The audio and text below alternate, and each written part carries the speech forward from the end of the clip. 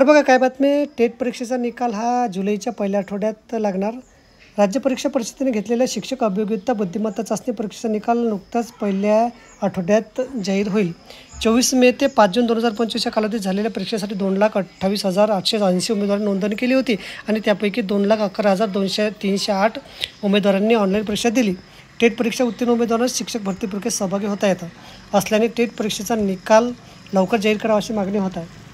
डी.एड अभ्यासक्रमात असणाऱ्या विद्यार्थ्यांनाही टेट परीक्षेत संधी द्यावी अशी मागणी झाल्याने त्यांनी अर्ज भरण्यास मुदतवाढ दिली होती. अनेक विद्यार्थ्यांनी या संधीचा लाभ घेत टेट परीक्षा दिली.